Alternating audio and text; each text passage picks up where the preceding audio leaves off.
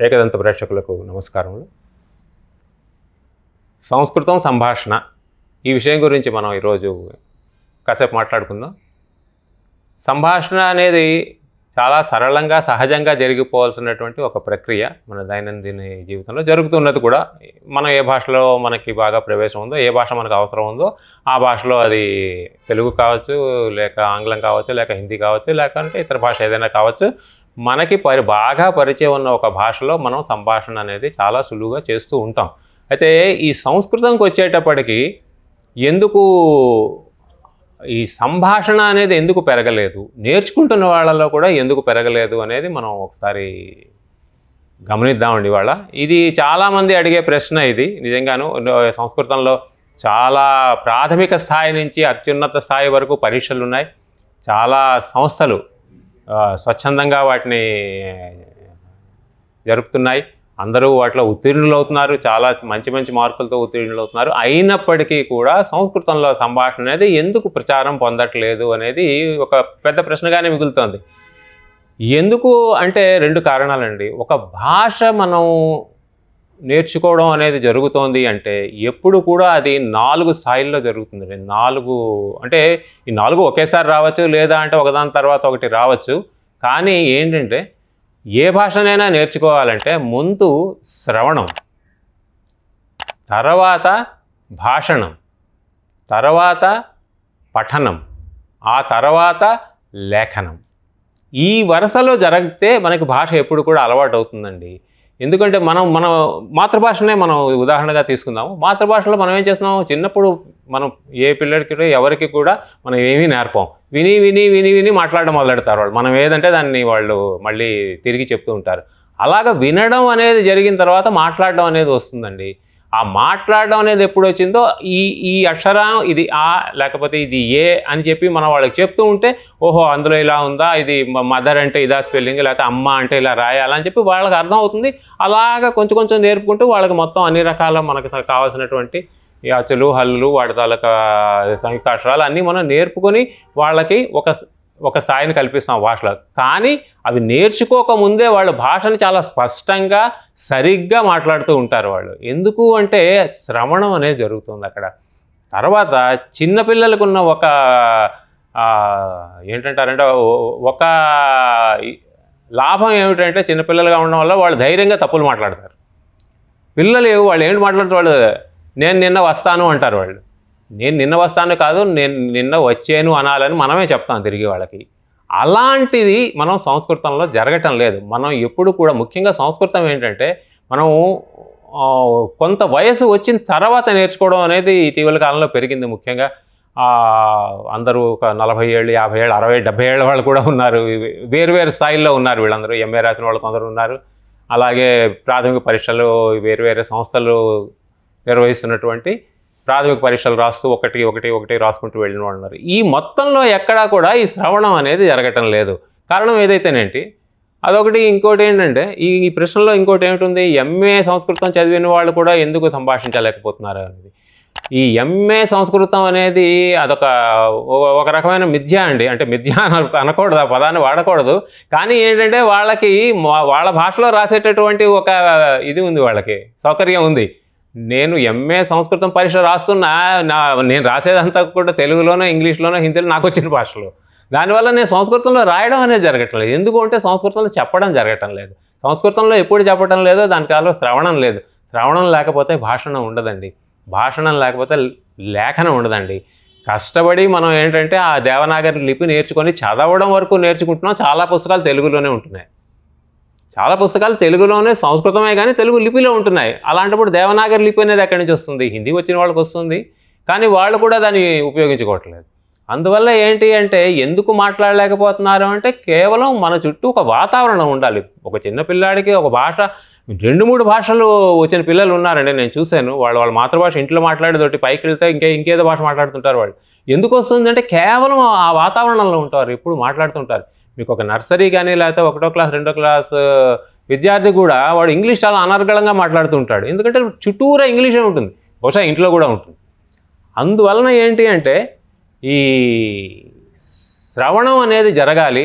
తర్వాత పఠనం అనేది ఎక్కువ జరగాలి. అంటే మనకి ఈ సంభాషణలో ఉండేటువంటి సామాన్య సంస్కృతంలో, సామాన్య వ్యాకరణంతో, చిన్న చిన్న పదాలతో, చిన్న చిన్న వాక్యాలతో ఉండేటటువంటి కథలు రావాలి. మనం చిన్నప్పుడు ఎలాగైతే చందమామ చదివి బోళ్ళంత సాహిత్యం నేర్చుకున్నామో, అలాగే స్థాయి పెరుగుతున్న కొద్దీ మనం చదివే పుస్తకాల స్థాయి కూడా పెరుగుతూ వచ్చింది. చెప్పాలంటే మనం 1వ తరగతి నుంచి తీసుకొని 10వ లేకపోతే 12వ తరగతి దాకా వచ్చామంటే మనం చదివే పుస్తకాల స్థాయి పెరిగింది. అంటే భాషకు సంబంధించి చెప్తున్నాను నేను. ఎందుకు పెరిగింది అంటే అది మనం నేర్చుకుంటూ వచ్చాము. తెలుసో తెలియకో కొంత ఉద్దేశపూర్వకంగా జరిగింది. మన విద్యా ప్రణాళికలో కూడా ఒక రకమైనటువంటి గ్రెడేషన్ ఉంటుంది. అంటే దీని తర్వాత ఇది, దీని తర్వాత కొంచెం కష్టం, ఇంకొంచెం కష్టం, ఇంకొంచెం అలా అలా అలా అలా తీసుకెళ్తారు. అలాగ మనకి సంస్కృతంలో పుస్తకాలు ఉన్నాయా అనేది మొదటి క్వశ్చన్. ఉన్నాయి అంటే అందరికీ ఎందుకు అందుబాటులో లేవంటే బహుశా ప్రచారం లేకపోవడం అనేది ఒకటి. తర్వాత ఏంటంటే ఎప్పుడైనా సరే మొదటి నుంచి చెప్పింది అదే, శ్రవణం అనేది చాలా అవసరం అండి. శ్రవణంతోనే సంభాషణ అనేది కూడా వస్తుంది.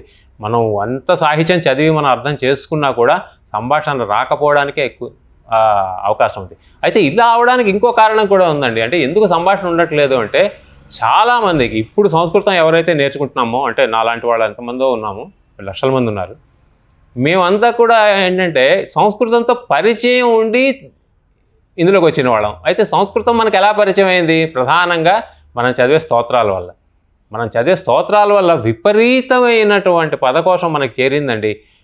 తర్వాత మరి ఒకప్పుడు ఎలా ఉండేదో తెలియదు కానీ ఈ మధ్యకాలంలో ఏమైందంటే ప్రతిదానికి ఒక ప్రతిపదార్థం, తాత్పర్యం అన్నీ కూడా వచ్చే పుస్తకాలు మనకు తెలుగులోనే దొరుకుతున్నాయి. అందువల్ల ఏంటంటే ప్రతి ఒక్కరికి ఆ పదం అర్థమైపోతుంది. దాని ఉత్పత్తి ఇంచుమించుగా ఉత్పత్తి దాకా వెళ్ళిపోతున్నారు. అది విగ్రహవాక్యం ఉత్పత్తి కూడా చెప్పేస్తున్నారు అందరూ. కానీ దానిని ఒక వాక్యంలో పెట్టి అదే పదాన్ని ఎలాగ దాన్ని ఉపయోగించాలి అనేది మాత్రం తెలియట్లేదు. దీనికి కారణం ఏమిటి అంటే అలాంటి పుస్తకాలు మన దగ్గర లేకపోవడం. అది అంటే లేకపోవడం అంటే బహుశా ఉన్నాయని మనకి తెలియకపోవడం కూడా అయి ఉంటుంది. దీనికి మంచి ఇదేంటంటే ఈ ఎన్సీఆర్టీ వాళ్ళ బుక్స్ ఉన్నాయి. ఎన్సీఆర్టీ వాళ్ళ సంస్కృతం పుస్తకాలు ఉన్నాయి. 6 నుంచి 10వ తరగతి దాకా. వాటిని కనుక మనం చదివి సాధిస్తే చాలా మటుకు మనకి సంభాషణ అనేది అలవాటు పడుతుందండి. అదే చదవాలి, అదే మాట్లాడాలన్నమాట. మనం ఎలాగైతే ఇంగ్లీష్లో తెలుగులో కానీ ఇంగ్లీష్లో కానీ ముఖ్యంగా మనం ఏదైనా భాష కొత్తగా నేర్చుకుంటున్నప్పుడు చిన్న వాక్యాలు మాట్లాడతాం. ఏ భాష అయినా సరే. తెలుగు మనకి సంస్కృతంలో కూడా మొదట ఏదో మమ నామ రాజన్ భవతః నామ కిమ్ అని అడుగుతున్నాం మనం. చాలా చిన్న వాక్యం అది. అంటే అక్కడ మనకు అర్థమైపోతుంది ఏంటి చెప్తున్నారు. అలాంటి వాక్యాలతో ఉన్నటువంటి పుస్తకాలతో మొదలెట్టి ఇందులో గ్రామర్ ఎక్కడా ఉండదు. ఇంట్లోని వ్యాకరణం అనేది ఊసెత్తారు. ఎప్పుడైతే అలాగా పెరుగుతూ వచ్చి ఒక స్థాయిలో మనం వ్యాకరణం నేర్చుకున్నప్పుడు ఓహో దీనివలన ఇది వచ్చిందా, అందుకన్నా అవేళగా అన్నాము అని అప్పుడు అర్థమవుతుంది. కాబట్టి ఈ సంభాషణ అనేది జరగకపోవడానికి ప్రధాన కారణం ఏమిటంటే అన్నీ మనకి మన లిపిలోనే దొరికిపోవడం, మన భాషలోనే వాటి అర్థాలు కూడా తెలిసిపోవడం. ఈ 2 ప్రధాన కారణాలను నేను నమ్ముతానండి. ఆంగ్లమైనా అంతేనండి. ఆంగ్లంలో కూడా మనకి ఇప్పుడంటే రావట్లేదు కానీ ఒకప్పుడు గైడ్లు అనేవి వచ్చేవి. ప్రతి భాషకి ఒక గైడ్ అంటూ ఉండేది. ఆ గైడ్ వల్ల ఏంటంటే తెలిసిపోతూ ఉండేది. మనం ఏమీ పెద్దగా ఆలోచించకుండా తెలిసిపోతూ ఉండేది. అలాగా సంస్కృతంలోనూ రావాలి. లేదు అంటే చిన్న సంభాషణలతో ఉన్న పుస్తకాలు చాలా, అంటే ప్రాథమిక స్థాయి పుస్తకాలు ఎక్కువగా రావాలి. అవి అందరూ చదవాలి. ఈ పరీక్షల వల్ల చాలా వరకు ఆ ప్రయోజనం నెరవేరుతున్నా దృష్టి పరీక్షల మీద ఉంటుంది కానీ భాష మీద ఉండదండి. పరీక్షలతో ఉన్న ఒక ఇబ్బంది ఏమిటి అంటే దాని ద్వారా నేర్చుకున్న వాళ్ళు చాలామంది ఉన్నారు. కానీ చాలామందికి ఆ భాష రాకపోవడానికి కారణం దృష్టి పరీక్షల మీదే. ఈ పరీక్షలో మనం ఎక్కువ మార్కులు తెచ్చుకోవాలి, లేకపోతే బాగా చదవాలి, అంతవరకే ఉంటుంది. కానీ తర్వాత దాని యొక్క ఏంటంటారంటే అప్లికేషన్ అనేది ఉండట్లేదు. ఏ భాష అయినా సరే దాని అప్లికేషన్ వల్లే అది మనకి రూఢి అవుతుంది. ఈ భాష మనకి బాగా రావాలంటే దాన్ని నేర్చుకున్న సూత్రాన్ని నేను అప్లై చేస్తేనే కదా నాకు ఏదైనా వస్తుంది. a+b² = a² + b² + 2ab అని అందరూ చెప్తా, చిన్నప్పటి నుంచి చదువుతూనే ఉన్నాం. కానీ నాకు ఎక్కడో ఏదో 48² అని ఇచ్చారనుకోండి, అప్పుడు నేను 40 + 8² లేకపోతే 50 - 2² అనేది చేయగలిగి ఉండాలి. అలాంటిది మనకి సంస్కృతంలో కూడా రావాలి. అంటే చాలా విస్తృతంగా వీటికి ఏంటంటే ప్రాథమిక స్థాయి పుస్తకాల ప్రచురణ అనేది జరగాలి. అది ఉన్నాయి, కాకపోతే ఉన్నాయి, అందరికీ అందుబాటులో కూడా ఉన్నాయని అనుకుంటున్నాను నేను. కానీ మనం ఏది చదువుతున్నాము అనేది దాని నుంచి ఇది ఎలాగ మనం సొంతంగా ఒక వాక్యంలో ఉపయోగించగలము అనేది ఆలోచిస్తూ ఉంటే మనకి తప్పనిసరిగా భాష అలవాటు పడుతుందండి. వేరే వేరే సంస్థలు వీళ్ళు ఇచ్చిన వ్యాకరణ పుస్తకాల్లో చాలా పదాలు, కొత్త కొత్త పదాలు మనకి ఎలా వస్తున్నాయని, ఈ ప్రత్యయం అంటే ఏంటి, తద్ధిత ప్రత్యయాలు చెప్తున్నారు, కృత్ ప్రత్యయాలు చెప్తున్నారు, నిట్ ప్రత్యయం చెప్తున్నారు, సన్ ప్రత్యయం, ఇన్ని చెప్తున్నప్పుడు వచ్చే పదాలని మనంతట మనం ఒక వాక్యంలో ఉపయోగించగలమా లేదా అనేది మనల్ని మనమే ప్రశ్నించుకోవాలండి. దీనికోసం ఎవరు పని కట్టుకొని చెప్పరని నేను అనుకుంటాను. కనీసం ఆ ప్రయత్నం, ఆ దిశలో ప్రయత్నం చేస్తే ఏదో రోజుకి మనకి సంభాషణ కూడా అలవాటు పడిపోతుందండి. తప్పనిసరిగా అలవాటు పడుతుంది. ఈ కారణాల వల్ల ఈ సంభాషణ అనేది ఎందుకు పెరగటం లేదు, ఎంఏ చదువుకున్న ఎందుకు పెరగటం లేదంటే ఇవి కారణాలు. మన చుట్టూ ఒక వాతావరణం ఉండాలి. అందుకు ఏం చెప్తారంటే, నిజంగా సంస్కృతం బాగా తెలిసిన వాళ్ళు ఏం చెప్తారంటే, మీరు ఏది చేస్తున్నా ఇది సంస్కృతంలో ఏం చేయాలి, నేను లేచి నిలబడాలి, అహం ఉత్తిష్టం, అలా చెప్పమంటారు. అహం కాదని ఇలాగా, అయితే తమ ఆగచ్చ ఇలాగ చెప్పమంటారు అనమాట. చిన్న చిన్న పదాలు ఇంట్లో. సో అప్పుడు మనకు ఆ సంభాషణ అనేది బెరుకు లేకుండా ముందు పదాలు స్పష్టంగా వస్తాయి. సంస్కృతంతో ఇంకొక ఇబ్బంది ఏమిటంటే ఉచ్చారణ మీద చాలా కేంద్రీకృతమై ఉంటుందండి. ఇది బాగా అంటే ఉచ్చారణ మీద చాలా ఇది ఉంటుంది. దానివల్ల ఏంటంటే తప్పు మాట్లాడతామేమో అని భయం ఒకటి ఉంటుంది. తర్వాత ఒక వయసు వచ్చిన తర్వాత నేర్చుకుంటే తప్పు మాట్లాడడానికి కొంత సంకోచం కూడా ఉంటుంది. అందులో ఏమీ సందేహం లేదు, ఎవరికైనా ఉంటుంది. 40 ఏళ్ళ వరకనే 50, అయ్యో మనకి ఇన్ని 4-5 భాషలు తెలుసు, మనకి అన్నీ చాలా స్పష్టంగా మాట్లాడుతున్నాం, తప్పు లేకుండా ఇదొకటి తప్పులు మాట్లాడితే ఏమనుకుంటారో అని ఒక భయం ఉంటుంది. దానికి మా మిత్రులు ఉన్నారు, అనంతకృష్ణ గారు, ఆయన చెప్తూ ఉంటారు, మనం చిన్నపిల్లలు అనుకొని సంస్కృతం మాట్లాడేయాలండి, తప్పులు వస్తే అవతల వాళ్ళు దిద్దుతారు కదా, మనకేం పోయింది అంటారు. అది నిజమండి. అది తప్పులు చేస్తేనే ఇంకోటి దాన్ని సరి చేయడానికి ఉంటుంది. అసలు చేస్తామేమో అని అసలు మానేస్తే ఎలాగా? ఎవరైనా సరే మనం చిన్నప్పుడు సైకిల్ నేర్చుకుని పడకుండా నేర్చుకున్నారండి ఎవరైనా? లేదుగా, పడ్డాం కదా, అందరం పడ్డాం. అంటే ఇప్పటిలాగా హెల్మెట్లు ఉండి పైన సైడ్ క్యాస్టర్స్ ఉండి నేర్చుకొని వాళ్ళందరికీ ఇది ముఖ్యంగా వర్తిస్తుంది. నేర్చుకున్న ప్రతి చోట అడుగులు వేస్తున్నప్పుడే 2 అడుగులు వేసి పడిన సందర్భాలు మనకే తెలుస్తుంది, మనమే ప్రాక్టికల్గా చూసాం.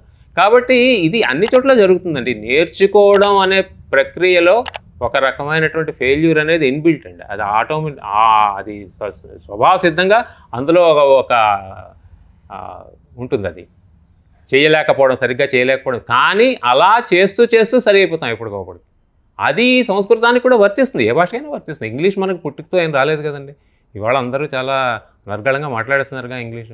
సాహిత్యం చదువుతున్నారు, కవితలు రాస్తున్నారు, అన్నీ చేస్తున్నారు కదా, మన వాళ్ళే కదా అందరూ. వాళ్ళు పుట్టుకతో ఇంగ్లీష్ ఆ వాతావరణంలోనే పుట్టుండరు బహుశా. అయినా కూడా ఎలా వస్తుంది అంటే దాని అభ్యాసం అంతే. అది ముందు తప్పులు రాసిన తర్వాత సరిగ్గానే రాస్తున్నారుగా, సరిగ్గానే చెప్తున్నారుగా.